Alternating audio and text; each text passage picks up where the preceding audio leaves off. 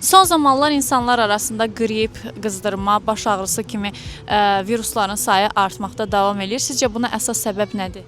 Yəni mən bir yaşlı nəslin nümayəndəsi kimi deyə bilərəm ki, havaların belə qeyri-sabit keçməsi ilə əlaqələndirəm. Çünki mən vaxtilə görmüşəm ki, noyabr ayı yağışlı olardı, qarlı olardı. Mən yəni indi görürsünüz temperatur gün ərzində 22-23 dərəcəyə qalxır. Bu da belə bir xəstəliyin əmələ gəlməsinə səbəb olur. Üçündə görürsən ki, xəstə adamdır, qorumaq lazımdır adam özünü. Gərək təmizliyə fikir vermək lazımdır. İnqalyasiya eləmək lazımdır. Görürsən, biraz boğazın gəlib, inqalyasiya eləginə.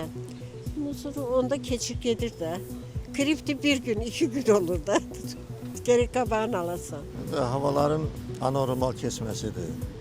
Havalar payız fəsildə olsa, payız kimi payızdır, qış kimi qışdır, yay kimi də yaydır. Belə də qalın geyinirsən, tərləyirsən, soyuq olur. Nazik geyinirsən, yenə soyuq olur. Gündə 3 dəfə, 4 dəfə hava dəyişir. Gecələr soyuq olur. Gündüz gün orada isti olur 1-2 saat. Onda da adamlar görürsən qalın geyinib səhər çıxırsan, biraz tərləyir adam. Sakinlərlə apardığımız sorğudan sonra mövzu ilə bağlı mütəxəssis rəyi almaq üçün infeksiyon xəstəlikləri və klinik mikrobiologiya üzrə mütəxəssis, uzman doktor Vasif Əliyevə müraciət etdik və onun fikirlərini öyrəndik.